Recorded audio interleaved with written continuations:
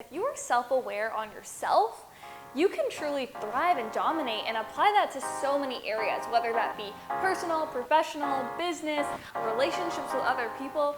Self-awareness is the key. Hello, love. Thank you so much for clicking on today's video. My name is Ayesha Sehra, and I post content all around helping you guys feel empowered and inspired to live your most abundant life, which is our birthright. I'm also the host of this podcast called Coffee and a Good Vibe, where I interview entrepreneurs, world-class leaders, and influencers of our time, all on their lives, businesses, and personal development journeys. So today's video kind of dives in really beautifully with that, because one of the biggest things I feel like through being a podcast host, through interviewing so many amazing people, is that they all have this one commonality, and that is self-awareness. Self-awareness is such a key to living your most abundant life, because if you are self-aware on yourself, you can truly thrive and dominate and apply that to so many areas, whether that be personal, professional, business, relationships with other people. Self-awareness is the key. And in today's video, I'm gonna go through ways that you guys can strengthen that self-awareness muscle, because it truly is like a muscle. You gotta get better, you gotta flex it in order to just become this optimized, self-aware human where you can truly thrive.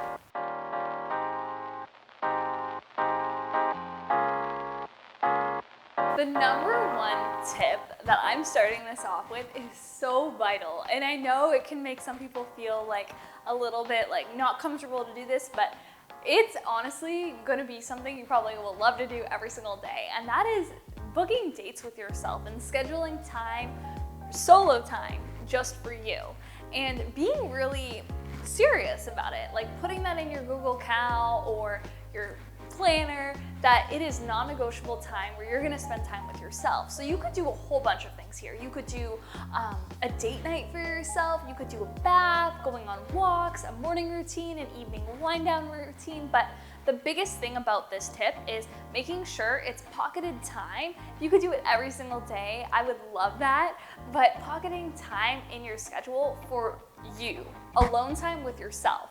Because at the end of the day, like, we are our own best friend and our biggest cheerleader. So why wouldn't you want to have that scheduled time with yourself to really allow yourself to learn more about yourself, have that self-love, and really grow that relationship from within? Doing this every single day where you have pockets of the day, so say it's your morning routine where you sit down with a journal and you maybe play some music, you light candles, and you allow yourself to kind of like write what's coming up for you, your emotions, what you're feeling. If you're feeling off, you can really journal it through if you do like a morning routine, or if you are sitting in a bathtub or going on a walk. You can allow yourself, because you're alone with yourself, you're giving yourself time to think and process, and that is such a beautiful thing. I feel like a lot of people avoid being alone. And notice if you are like that, where you don't really like alone time. Why is that? There's so many answers when you go within. You can truly start to strengthen that bond with yourself, learn things about yourself, which is everything to supporting your growth further with everything in life. So I highly recommend scheduling pockets in your day. If it's a Friday night to yourself, schedule a date night, take yourself out for dinner, plan something that you would want to do. Honestly, once you start, you are going to love doing this. I feel like when I moved to LA by myself at 22 years old, that is when I had no choice but to be with myself, because I didn't know anyone out here. And yes, I did make friends, like put myself out there, but there are like times when you are with yourself. So it was such a beautiful time in my life, because I really grew that relationship with myself and actually developed all these other personal development practices where I have a morning routine, an evening wind down routine. I have like these rituals I do in my day that is just for me. And honestly, doing that has actually served me so abundantly, because it's allowed me to be that much of a better friend, a daughter, partner for someone, business owner.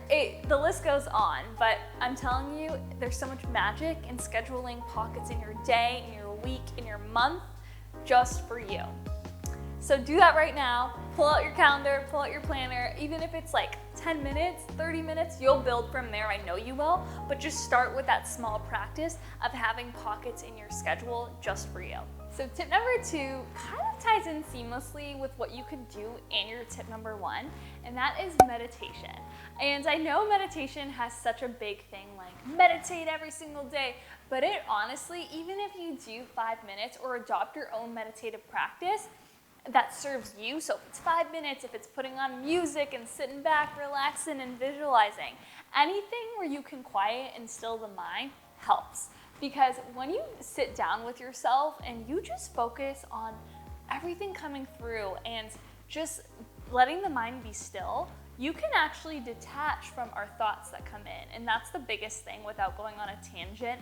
But the biggest thing about meditation is it allows you to realize what thoughts are coming up in your mind and detaching from them, because we are not our thoughts. And sometimes, man, external things can happen and we get all these external inputs all the time and noise.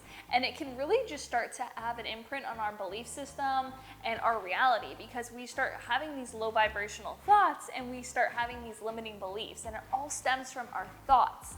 So that's why a meditative practice, when it comes to self-awareness, is so vital, because it allows you to sit down, sit with yourself, notice what's coming in and detach from it. So you can truly have this whole greater, bigger picture that you can control everything that's going on in here. And when you can have a really big handle on this, man, you have a handle on everything. So this is just brushing the surface on meditation. Let me know if you guys want a video on like meditative practices, because that's been a journey for someone like myself who always has like my prefrontal cortex is like always going with the work that I do with branding and marketing and social media.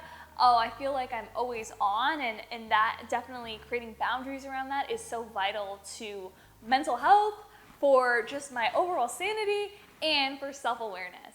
Tip number 3 is probably my favorite tip, and if you know me, you know I'm huge on this. I have full-on videos on this, so I'll definitely link them for you guys, but that is journaling. Journaling is the cheapest form of therapy there is, and what better way to get self-aware than to have a journal, a blank canvas, a judgment-free zone where pen to paper you can write out how you're feeling. I feel like when we are going through things, sometimes we may not feel like we have someone to talk to, or maybe we don't want to. A journal is there for you to really instead of being in a reactive state, being in a responsive state and writing out on the paper how you're feeling, what emotions are coming up, where they're stemming from. And when you journal and write these things out, you'll notice you can actually unlock a lot of clarity and really gain this huge new level of self-awareness on emotions that come up regularly for you. If you're constantly feeling low vibe, if you're feeling really good, where these emotions are stemming from, and how you can then use that to help you up level and thrive so you can be really self-aware of your emotions all the time. The next part of the journaling process that I love to do for self-awareness is doing an audit. So you don't have to do this like every day, but if you want to do it weekly, bi-weekly, monthly, I think it's very vital. And that's where you do an audit on your life. So different areas, your environment, the people in it, what's fulfilling you, what's depleting your energy. And then you can start to really unravel the things in your life that fulfill you up and really fulfill your cup, so you can pull at them when you're feeling low vibe, and then the things that are depleting your energy. So whether that's people in your life that maybe aren't serving you anymore, or there's a task that you're doing daily that's really sucking the energy out, you can really do audits of all areas of your life, and you can have them on the paper and document it all, and that'll give you a whole new level of self-awareness for how you truly operate. Because one of the biggest things with the podcast that I've realized is like everyone is so different, and that's such a beautiful thing, because what works for someone may not work for someone else, and that is so vital and so okay, and that is why developing your self-awareness is going to be so helpful. The last tip is investing in your growth and personal development. Always be a student of life, because it's so true, that saying is like, we only know what we know. And it's so crazy that like, when I think about myself like 5 years ago or 10 years ago, if only I knew this element, I wish I did it before. And that's the beautiful thing about life, is that we can always be a student, always being in the growth mindset. So when I say invest in your growth, I don't just mean like monetarily, a time investment, listening to podcasts, audiobooks, mentors online, that you really aspire and you love their content. Like something like this, watching these videos and really enriching your mind with different tools that you can add to your toolkit is just gonna serve you further to invest in your own growth and awareness of yourself. So some of my favorite things personally are books and podcasts, just because I feel like in my day I have pockets where I can read, where I consume podcasts, like going on a walk, and it's been such a game changer for just easily digestible content to consume to grow myself. Another thing you can do is you can actually invest in a coach, in courses. There's a lot of things out there in the market that you can pay and you can invest in and get that next level of coaching or of like one-on-one work with someone who can really help you with these areas.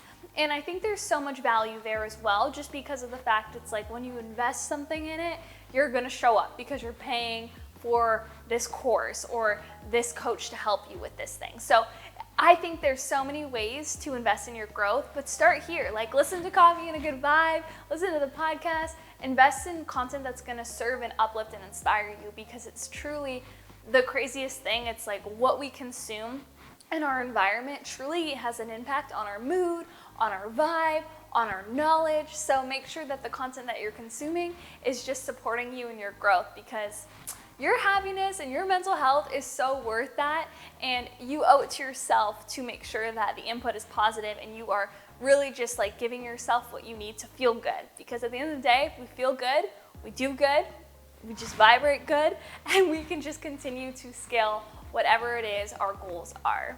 Thank you guys so much for spending time with me today and watching today's video. I hope you guys got immense value from it, and I would love to hear from you down below if you did.